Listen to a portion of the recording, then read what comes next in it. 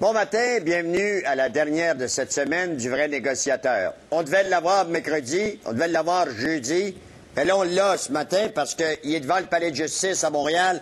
Nina Mazzari, bonjour. Bonjour. D'abord, quand j'ai parlé de vous récemment, vous étiez un peu fâché des propos que j'avais tenus.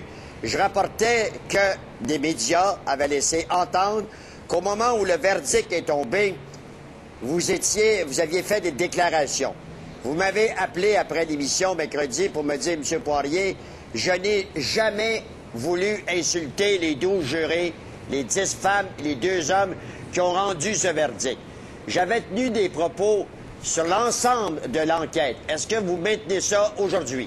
Ben oui, justement, quand j'ai entendu ça à la télévision, j'étais très étonné parce que vous avez dit que je n'avais pas intention d'insulter les membres du jury. Je n'avais jamais intention d'insulter qui que ce soit. Jamais. Quand j'ai quitté le palais de justice, quand le verdict est tombé, le jour que le verdict est tombé, je suis allé voir les journalistes parce que toujours je critiquais les journalistes pour leur comportement agressif et pas gentil et pas poli.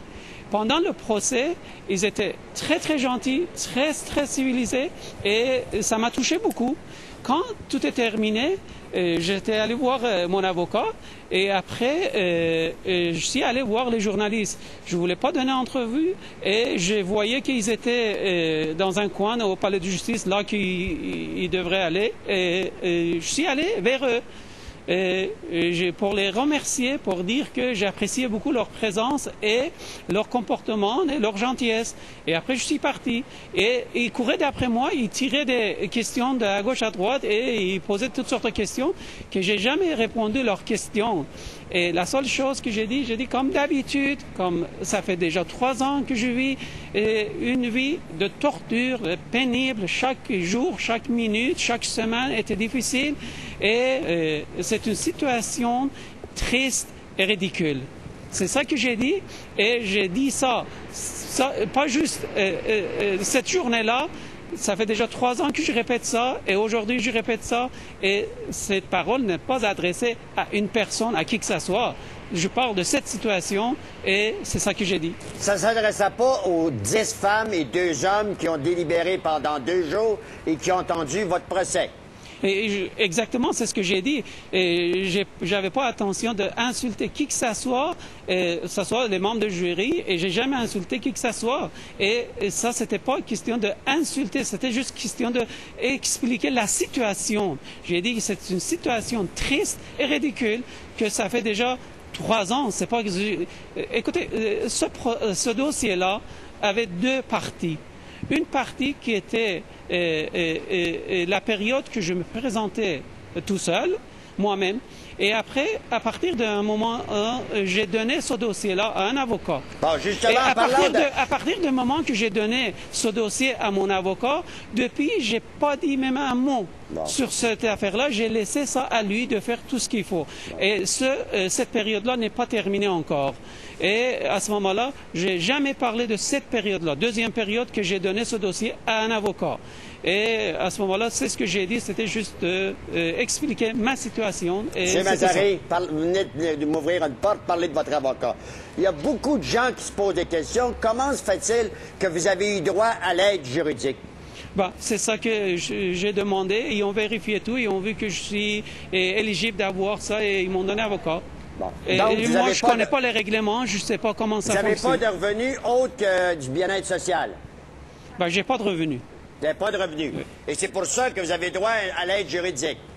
Ben, de toute façon, je ne sais pas comment ça fonctionne quand j'ai dit. Je ne sais pas c'est quoi le règlement. Eux, ils ont vérifié tout, ils m'ont dit que je suis éligible et ils m'ont donné avocat. Qu'est-ce que vous pensez justement de votre avocat qui vous a présenté quand il a déclaré que Myriam Bédard est beaucoup plus impliquée que Mazzari dans le vol? Il a shooté ça dans le cours de votre conjointe. Qu'est-ce que vous pensez de ça? Il vous présente, lui. Ben, écoutez, M. Poirier, dès le début, ça, c'était un dossier contre Myriam Bédard. Et toujours, ils ont dit que c'est Myriam Bédard qui avait des tableaux, c'est Myriam Bédard qui a donné des tableaux à son père, c'est Myriam Bédard qui a transporté des tableaux. Personne n'a jamais dit que j'ai donné des tableaux ou ils m'ont vu avec des tableaux, quoi que ce soit. Mon nom n'était jamais appliqué là-dedans. Un an après qu'ils ont parlé de ce dossier-là, ils sont venus m'arrêter pour dossier qui était fait au nom de Myriam Bédard. Et vous êtes au courant et tout le monde est au courant de ça. Bon. Et s'il a dit, peut-être c'était ça, c'est ce qu'il voulait dire. Mais parce que votre avocat, d'une certaine façon, dit que c'est pas vous, c'est Myriam Bédard. Il va quand même assez loin. Ben, il va pas loin, il a dit exactement ce que le dossier est, parce que le dossier est commencé avec le nom de Myriam Bédard. Bon. Et un an après, j'ai compris que non, ils sont venus me chercher. Pendant un an, ils disaient juste Myriam Bédard qui a volé des tableaux, qui a donné des tableaux à son père, qui avait des tableaux. Ouais. Là, on est à quelques minutes. Êtes-vous nerveux? Avez-vous apporté votre valise ce matin? Non, comme j'ai dit à une autre journaliste que j'ai pas de valise, je vis toujours comme ça. Non, mais vous n'avez pas de valise, là? Non, j'ai pas de valise. Là, je sais que les gens vont peut-être écouter l'émission là, en reprise, mais là, on est à quelques minutes. Là. Vous devez rentrer tout à l'heure au palais de justice. Bon, vous allez vous asseoir parce qu'à un moment donné, le juge va imposer une sentence. Est-ce que vous pensez que vous risquez d'aller en prison aujourd'hui? Ben, de toute façon, ça, c'est le travail du juge. C'est à lui de prendre décision. Mais y avez-vous pensé depuis en vous emmenant ce matin au palais? Êtes-vous avec Myriam ce matin? Oui, bien sûr, elle est là. Bon, avez-vous pour discuter, dire, ça se peut que je m'en aille en prison aujourd'hui, là? Ben, de toute façon, comme vous et comme tout le monde, on a entendu, c'était mardi, je pense, que la couronne a demandé prison et mon avocat a demandé travail communautaire et on a entendu ça. Et depuis, comme vous, je suis au courant de ça. Est-ce que ça vous fait peur d'aller en prison? Non, ça ne me fait pas peur. De toute façon, comme n'importe quel citoyen dans une société basée sur la loi, il faut respecter la loi. Et ça, c'est pas la question.